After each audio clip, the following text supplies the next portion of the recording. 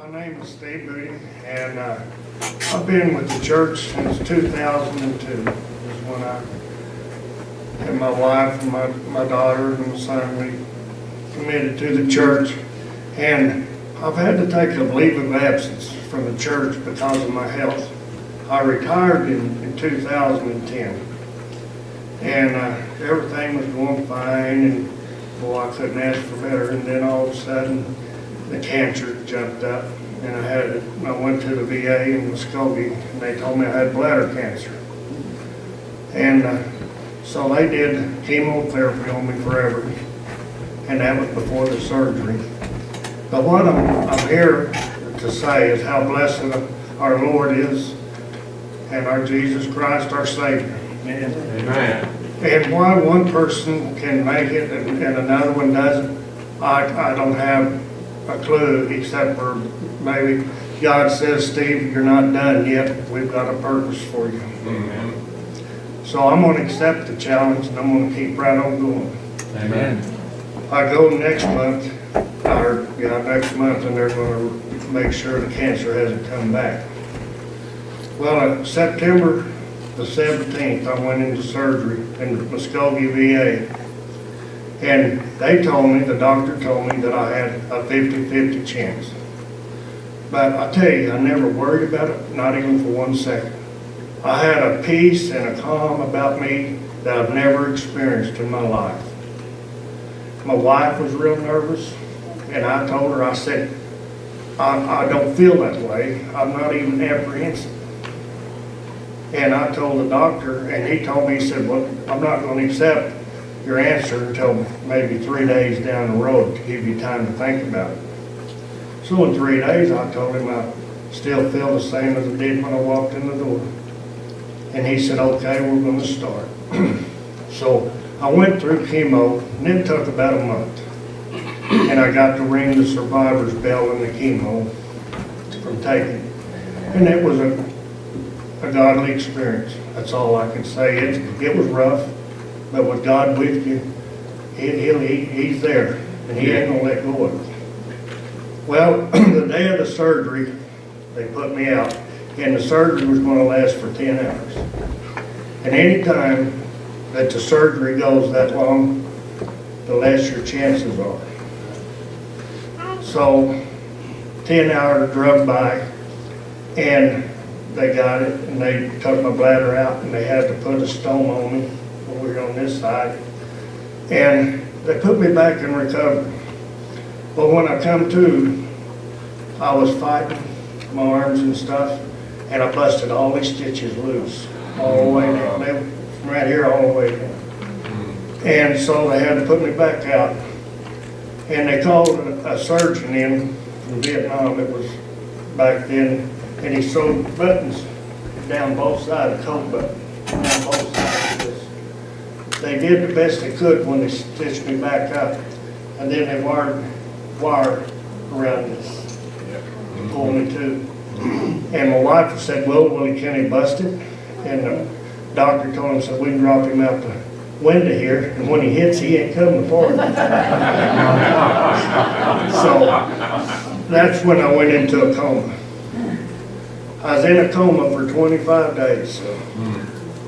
And of all this time, I could hear on certain days, I could hear my wife because I heard her voice forever. But I could hear other voices, but I couldn't put a face or a name to them. Not even my brother or my son or anyone. So they was doing, they sent me from, they had that track down my throat, or right here, had tubes down my throat. They didn't have at the VA in Muskogee rooms to put for the trek, so they sent me to Broken Arrow at the St. John's in Broken Arrow, and on the second floor is the cornerstone. And what the cornerstone is part of the VA, and on the specialty care, if the VA can't provide it, they put you in the cornerstone. But you got the St. John doctors. And of all this time that I was in a coma, and when I woke up, I was perfectly healed. I had no pain whatsoever. I mean, it was But in the meantime, they was running EKGs on me, all of this of my brain.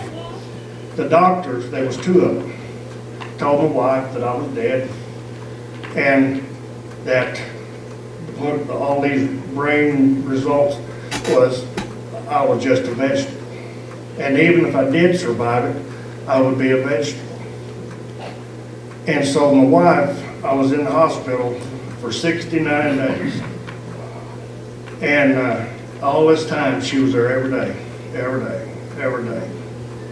And if my wife would sit there and she'd say, squeeze my fingers. Well, I could hear I'd squeeze her fingers, and then she'd go tell the doctor. And the doctor said, no, that's involuntary action. I winked at him one time because I couldn't speak. And it was involuntary action because I went right back to sleep.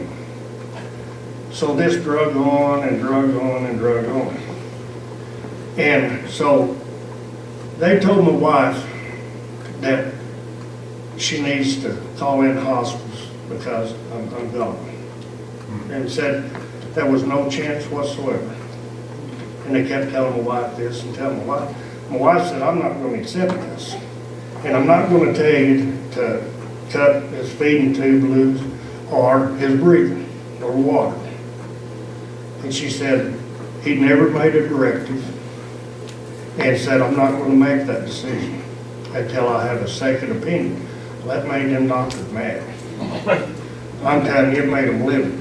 And all of this is hearsay. Well, my wife talking to me, my brother, my whole family, telling them what these doctors were doing.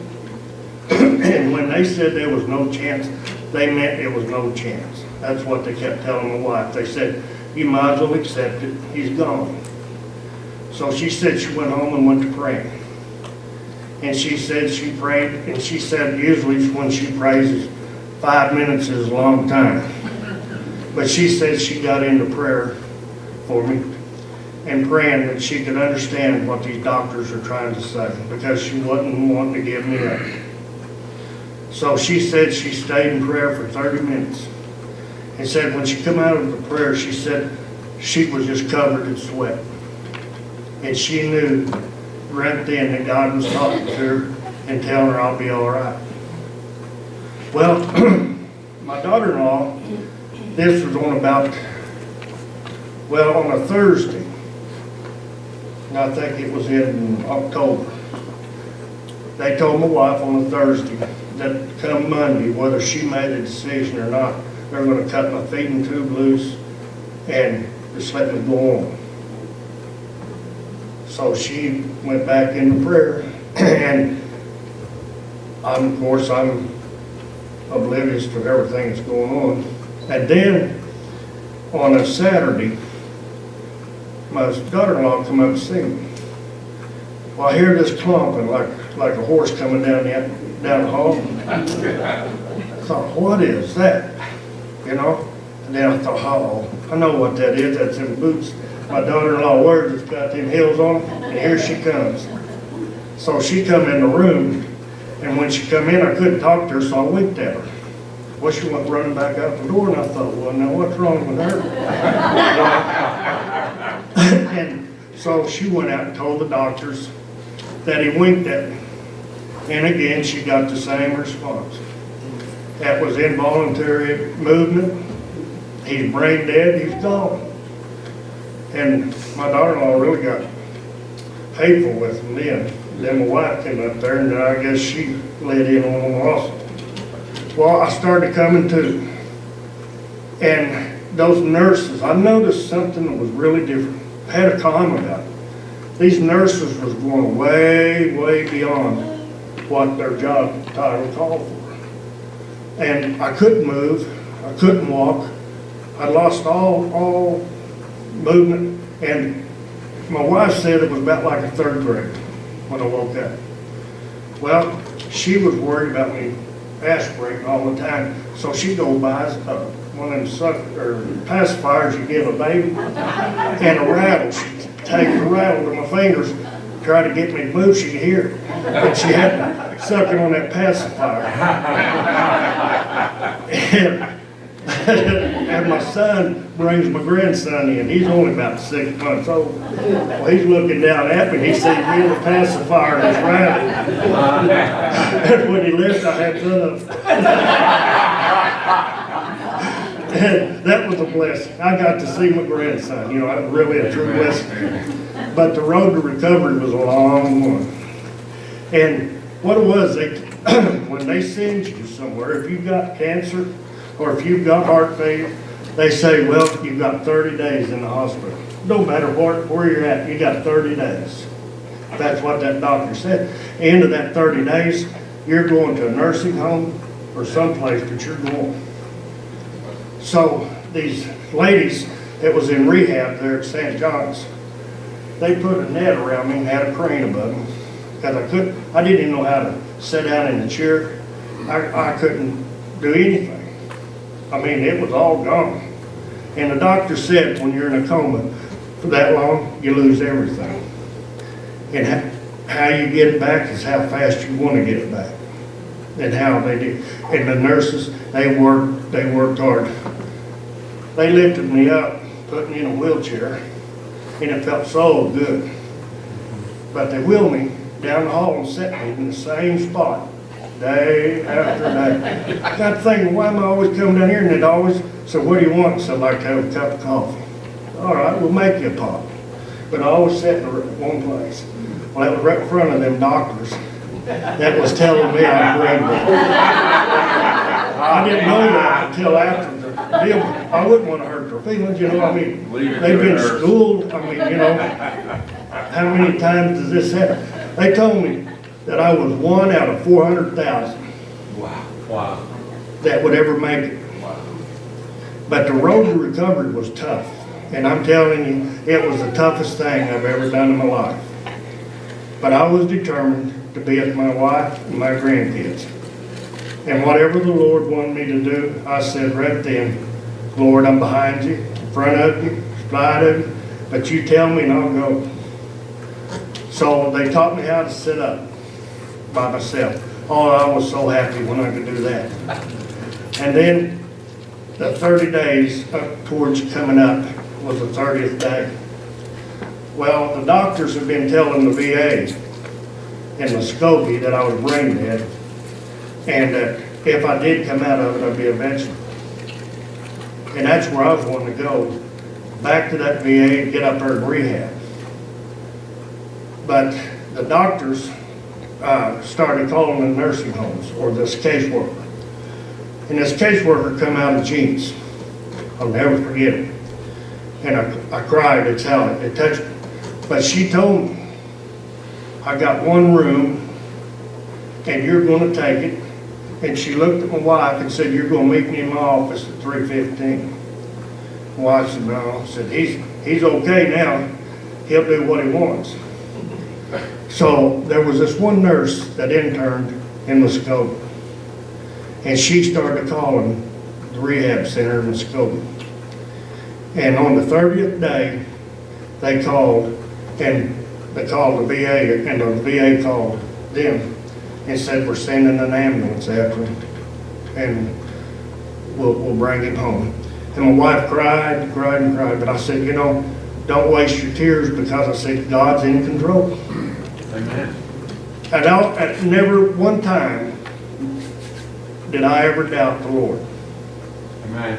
And I'm going to tell you, it was an experience that I hope nobody has to go through, and pain and suffering.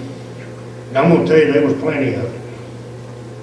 But what I bless the Lord for, after all of these stitches, after all these buttons, I never felt one bit of pain. Amen. It was learning how to walk and learning how to do the simplest things. And so I finally got to go to the VA. I got up there in rehab, but they sent a doctor.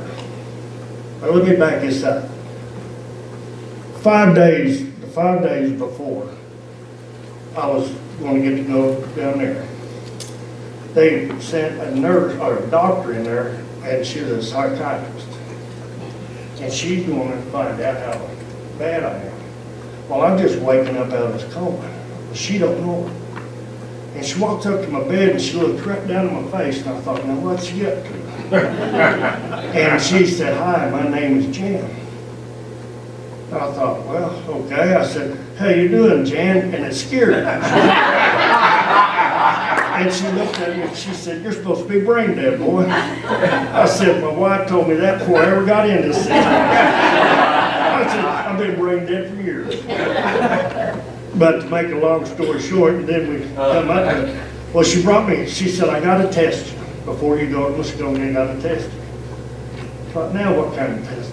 They bring me a sheet, and it showed a covey of quail flying one way, but one of them was going in the opposite. And she said, you see the quails? I sure do. She said, you see the one that's not flying with a flock? So I circled it. She said, very good. I thought, man, I like these tests, you know what I'm saying? Oh, there was some other, I mean, it was first elementary kid stuff, you know, but I passed it. Well, I'm proud of myself. I wasn't proud, boy. But I was really good when the VA come and got me. And I'm headed for Muskogee. And I get down there to rehab, and I've been in it with my knee surgery.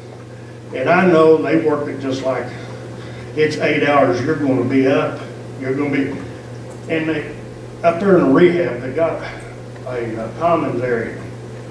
And the tables lift up to the ceiling before you eat, and then they push a button and come down. But everybody that's in there is coming to them tables. They're not bringing it to your room.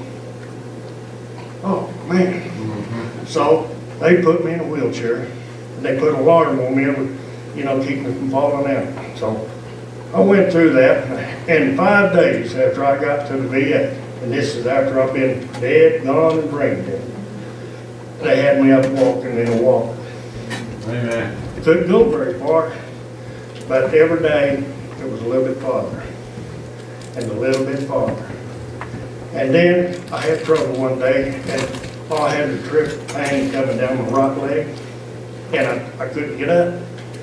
Well, they pushing all kinds of buttons that'll come up there, and it was just flu love, really, you know what I'm saying? But after I've been all through, I couldn't even do nothing. I mean, not a thing, just like a baby. But the determination, and I'm telling you what, and I hope everybody experiences it really in one time of their life, where there's never a doubt in your mind. The devil can't say what if, you know. Praise God and our Father that there's no doubt. And that's the way I felt all the way through this. But then I was in there for, it seemed like I was just begging. I wanted out so bad. I wanted to sit on my back porch and look out the back. But I knew what all I had to do to get there. And they said, well, when we determined, well, that's like forever. But there was this one deal they had. It was a bridge. Come up, come across, goes down, and it had handrails. And to graduate from rehab, you had to go up and over that by yourself. Well, I couldn't even walk. So they put me on this, like an escalator. It had rails, and I'm learning how to drag my feet. Well, I got that going pretty good. Everything working out just fine. So I got to walking. And you know, it must have been, they worked on that forever.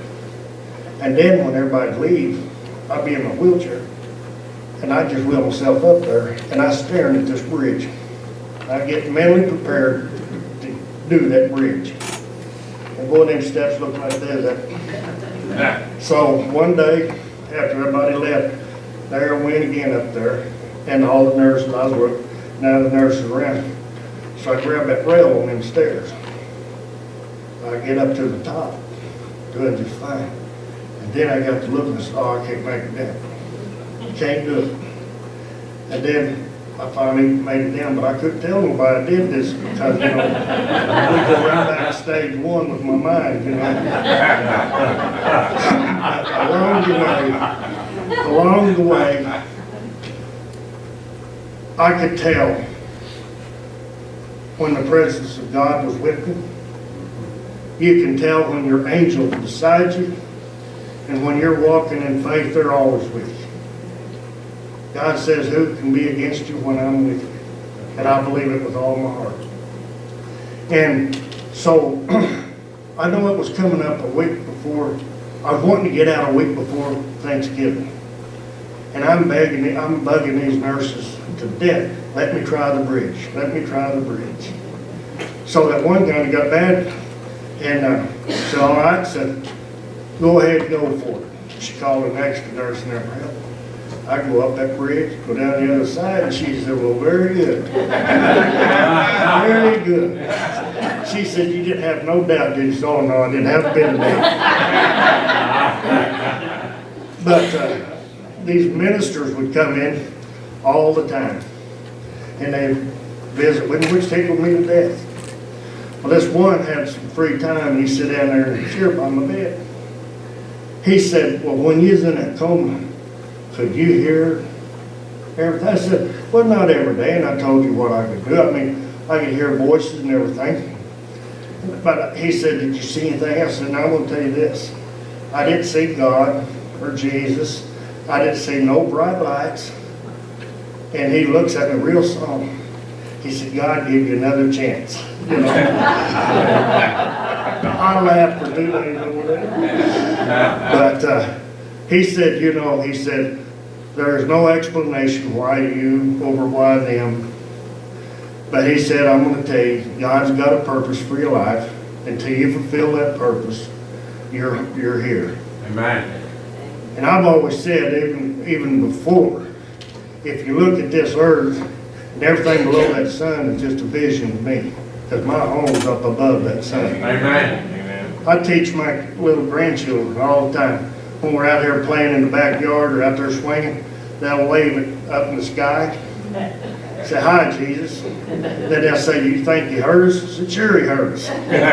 But that's a ritual at my house. We're waving at the sky. Somebody can drive by probably think it was all nuts. But we do it.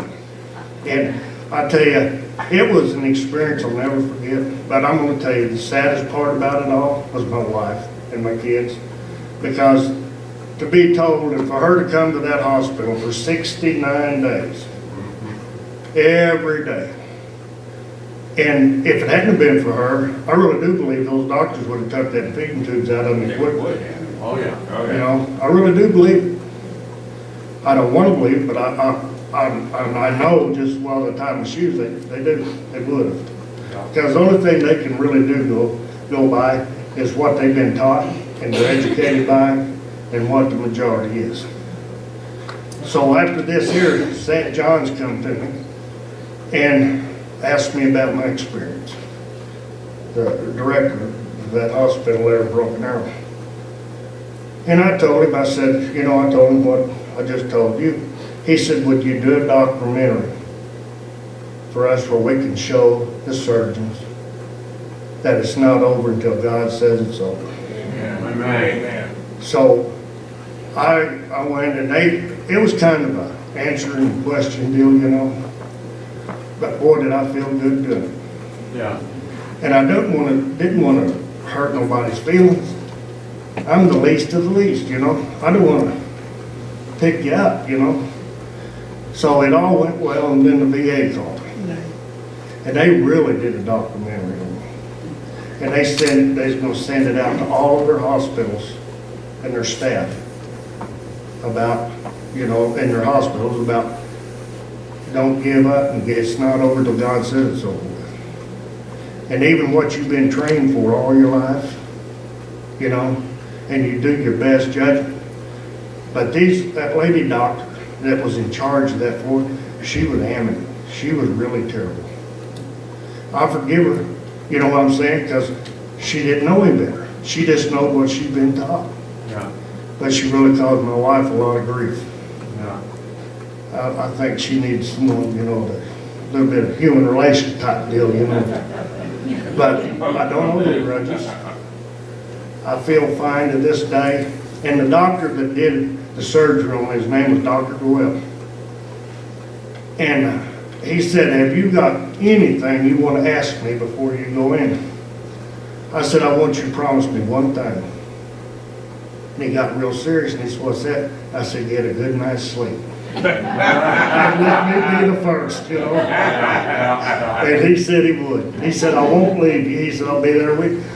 Well, when he did the surgery and they took out my bladder and that he did all the tests, he said everything else was right there for me to look at. And he couldn't wait to tell me I was cancer-free. But I went into the coma and he had to wait all that time to tell me. But he came to my room and told me. And this anesthesiologist is the one that saved my life. Well, I'll tell you what he done. He you know how they report, you know, to the VA because the VA is paying for it. And St. John's is telling them each day. Well, my wife said one day, she was sitting there, and said, here come this guy, and he was mad. And said, here come the doctors in behind him. And she said, I think I seen him down there at Muskogee. And then I seen him was the anesthesiologist. He said, don't give him, this is before I even woke up. But he said, don't give him an aspirin, don't give him nothing. And I'm telling y'all, he said, I'm telling every doctor on this floor, don't give him nothing. Because the anesthesia that you take gives your brain waves a false reading. And they said that just let him wake up. 5 days later, I woke up. Praise God, I did. But the anesthesiologist wanted to come out of Muskogee when they were saying all this bad stuff. And then I woke up, and then when I was in rehab in Muskogee, I was laying on the table, flat on the table, because I couldn't stand up or walk, doing these arm exercises. Boy, that got to. You know, it's just like a baby, you know, learn how to do everything. So he come up and he said, I'll tell you what went wrong. Do you want to know? I said, you know, I tell you this, I love every one of you. You're great people and God loves you too, but I said, we're just let it die here. God and I know, and I said, I have no remorse whatsoever. And I said, I hope that everything goes well for you and your family for the rest of your life. But I said, God is taking care of me. And I'm not just saying this because I mean it with all my heart. It's just a soul-searching experience. Yeah. When you have peace and calm, when you've been told, they told me I had 2 years or maybe a year and a half to live if I didn't have the operation. And I tell you, it kind of hit me, you know, right off the bat. But I thought, well, all my life I've been trained for this. I've seen my mom, my dad, a lot of loved ones go before me. And I'm not any better than the worst. And then I went home, prayed, read the Bible, I do every day, and read the Bible, and I was at peace. I'm telling you, I've never experienced in my life, and I've been baptized. I thought when I was baptized and saved, I thought that was the greatest, and it was. Because they asked me to speak when I was baptized, and the only thing I could do was cry. Yeah. And I'm a talker, you know. Oh man, he's shut me up, now I'm just going to cry, you know. So God bless him. But, you know, it just worked out. And I'm back up. But right when all this was going on, my wife's friend, she didn't have nobody in this world left but her. She called my wife, and she had diabetes, and I'm sure she had cancer, but she'd failed. And she'd been living like an animal for 2 weeks because she couldn't get the phone. So she finally wrecked the phone off. The next day, I'm coming home, and she begging my wife to help her. So my wife ran over at midnight. And so she had to call the police and the firemen and all that, and they took her. Well, in the meantime, she got a beautiful home. Big, beautiful home. The ceiling had fell. And the fire truck asked my wife, said, is this the norm for her? She said, no, it's not. So I don't know what's wrong. Well, they take her to the hospital, and she seemed to be doing better. So we're rushing around trying to get her house. The water didn't work. The bathrooms didn't work. Nothing worked. So I said, Lord, if I can do anything, please help me. So I'd go work with my wife, and she'd set me in a chair while she was doing stuff and give me a vacuum cleaner. As far as I can reach that, that's what I was doing. Well, make a long story short, we redid her whole home, and she died. Oh, Right there at the last, she died. She didn't get to come home and see her home redone. wow. And we've been working on this. And I started when I couldn't even walk, and when I finished, I was crawling a ladder to the eaves. Amen. So that was a blessing. Yeah. That was a blessing. So I dedicated my life, and I always have, Mike knows. I'd rather give than ever receive. I want to help anybody, anything, than do my own stuff at my house. And I do, and I hope God never changes me. I want to be Steve, and I want to be on the move and doing things that God wants me to do. Amen. And with all my heart, I appreciate you listening to me, and you're going to start seeing me all the time. Praise That's a God. promise I'll make. Amen. Now, I can't remember names. I've seen BJ a dozen times, and I said, I'd be up there picking up my grandson. Boy, he looks familiar. Well, come to find out, I graduated with him. He just told me, he said, I graduated in 69, so that was a blessing, you know. But I'd see him and see him, but I'm just not that good with names, so if you ever come up and say hi to me and I can't call your name, don't think nothing about it, because it, you know, it just helped, you know, with the names. But anything else I can do. Amen.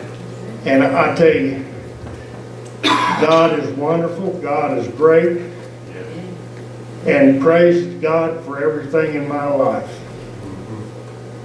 I feel humbled when I even say His name. Yeah. I have a tingling coming down my back right now because I'm blessing His name, and I live for Him. Amen. And I do appreciate you've been patient and listened to my story. But it was, you know, looking back, it's like just like being in Vietnam. Worried me to death while I was there, but I had some good times while I was down there too. You know what I'm saying? Mike, I'm going to turn it back to Mike.